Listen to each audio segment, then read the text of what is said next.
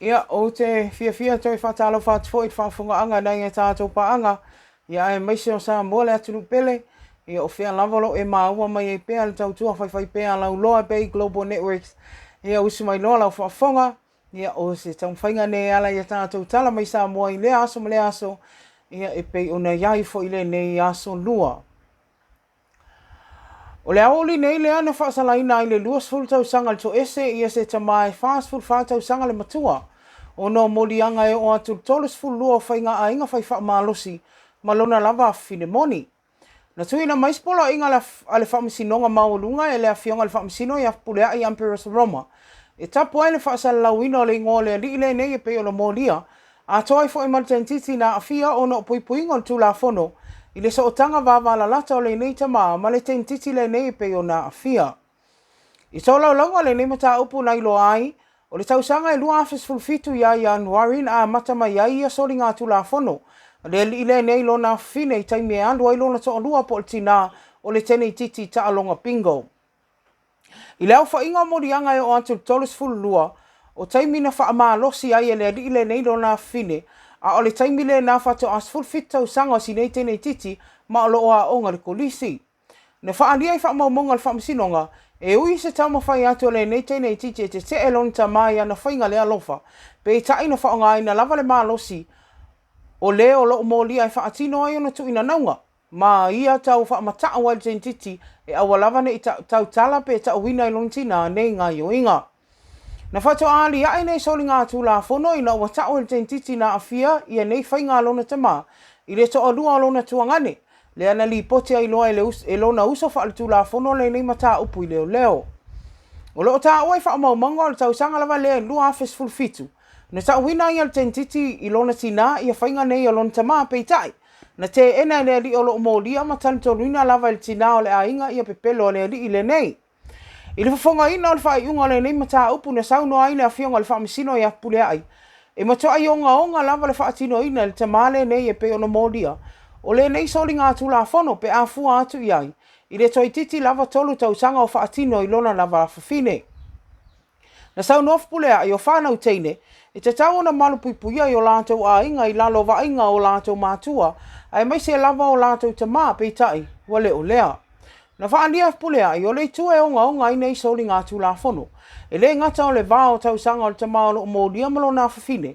Lea 2.5 tau sanga le mamao. Aina matua i fuafuaina le nei lava na ngai oinga i le taimi. Pe a le iai le tina o le ainga i le whale. Na saunoa le awhionga le whaamasino i le li potia le na awhiolo ia whaalia ai le te leo se awhianga o lona o langa. Ma na o ai lava le fia pule i lona ola o na le umio na whaatino i lona tama. O nei whainga lea lofa ia te ia. E le tui nā te o le whaasalanga na whina wina i le itua leo leo se whaasalanga a matai 5 tau sanga i no whasala le to ese. Pe i taina tanga i le whaamisinonga i le isi mata upu lava whaapenei. I taimi o tua nai. Ma whai ai loa se fua a matai le vaengalo na whaapo bands. Lea sa whaatulanga mai le whaamisinonga a piri tau sanga i lua afes fultolu. I le ilo ina le mata upu i le vao leo leo maki. Lea na vai ai soli ngā tūla whono nei i vaenga i whaa. O le vaenga na wha mo le silafia e le au whaafonga, o lona whaasalanga e a mata atu sfuiva tau sanga le solo atoa le to ese. Lea la na whaonga ina loe le awhionga i whaamisino i afpule ai. O le fua a mata na whaonga ina le awhionga i whaamisino e tolus ful tau sanga i no whasala i lea di o loo molia. Peita ina to esea mai le tasir tau sanga, ona o lana whaato esenga wa uma o na whaia i lea na awhia malo na ainga. Lua tau sanga na to esea ona o lana sala na whaia le nuu e lua afe tā lampal pala malo. Leisi lua tau sanga na to esea mai ona o lona wha amawina, ona o lea o wha amawina, whato a soli tula fono leo tamale nei. O leisi 5 tau sanga na to esea mai e le whionga le li whaamsino ona o le tali i oe, o leo lo molia i morianga umanei e tolus full lua o whainga ainga whai wha amalosi. Ma te toe mai loa le 2 tau sanga i tule le nei ali il to ese. Mai to esea mai ai isi tau sanga tolu, le ana nofo tau fia mai ai e whaatali ai, tau alu mango le nei mata upu. O loo whaawa wina su enga leo leo li semi nei le mafu anga le maliu o se ali. Po se tamai titi. Le ai whaapea na maua i le afi anga moa moa i le asfara i le umawai. Ina ua fisiringia la fionga le sui komisina o leo leo ia aua pa aulongo i tino Filipo. E tusole nei mata upo na ia whaalia ia whaapea. Na longo atu leo leo mo se fisosoani le asfarile. E se tamaa na ngā ilona maumanga. E ia mawaina i se tino tangata umaliu. Ua manongi ma ua pala se itu lau lava le whaafunga anga le atunuu. Ina ua tau sa idea leo leo po ai tonu se a ingo si nei tau lea lea. Na whaalia ia ua pa aua mai ono o atu se ngā li i mai lea fia anga mua mua. Ma o la whailoa o si ala tama lea o lewa ono sa idea. Pe a ma le vai aso atoa o sue. Ma o le la tama is fulu whātau sanga le matua. Na whaalia lea fionga ia aua pa aua whaisi lewa o ta atia le tino mariwa le nei tamai titi. Ma ua amata o na pala se itu lou. Ma ua whainga tai o na tau sa idea tonu. Pe o le tamai titi lea na sa idea e o na matua pe le ai. Na sau noa apa awe le o mwhaino wha amaunia pe tau masalomia sa whasi o tia le nei tamai titi e pei o na maliu. Ai o leo le a whaatalia sta o tonga whaapitoa e i loa tino ai le mafu anga le maniwa si nei ali i talavou. O loo ta atia le whale maliu le mota ngase i moto o tua i le tino maliu le nei e whaatalia isu esu enga whaapitoa leo leo ai maise o le ta o tonga o loo fuafua nei. Tala moni mwene o se alii lea na tuli so na whaatalanga e walu tau sanga le to ese o na o morianga tau wheu so inga se i tulou na whai wha malosi.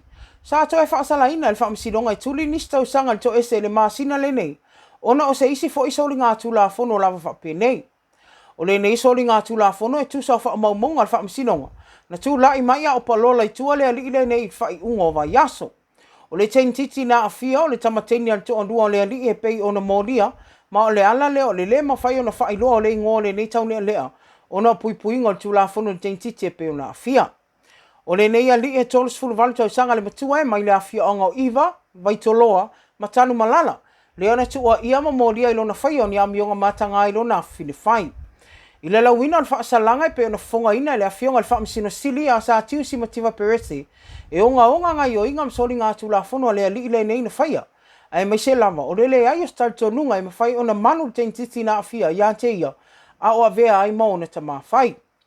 I le taimi na whai ai leilo ilonga le nime ta upu na moli mau ai le nei tene titi na afia. I lele ai o son tal tonunga i toi ave mole ali i le nei e pe o na whai ngoa ina o lon ta mawhai. Mai le mawhai o na ngalo ia te ia ngai o inga na whai e le nei ta maloa ia te ia. I le whaasalanga wha o popo al whaamisinonga mawalunga mole ali pangtale nei, na toi tu ina atu ai reisi tolu tausanga ma le tolu masina e tuli whaatasi, ma lona whaasalanga e walu tausanga, lea na whaasala ina ai al whaamisinonga, i le tausanga i lua afis furumani lima. Whaafonga anga sa moa e maise na ia tātou pa anga, ia o se tepa na ia tātou tala, ia i le nei fo i tū lao le afiafi, ia Antone Moses i ona whaapoponga, ia inisi fo i tala mai whaamisinonga e maise na tātou palo tala i titi, palo ta mua leo fuafua mo le aso antai au, ia e Monteminei, manu te leina lava whaasausanga o lo whea ngai e mala tunuu, tātou tue wheloa i le aso antai au, whaasoifua ia.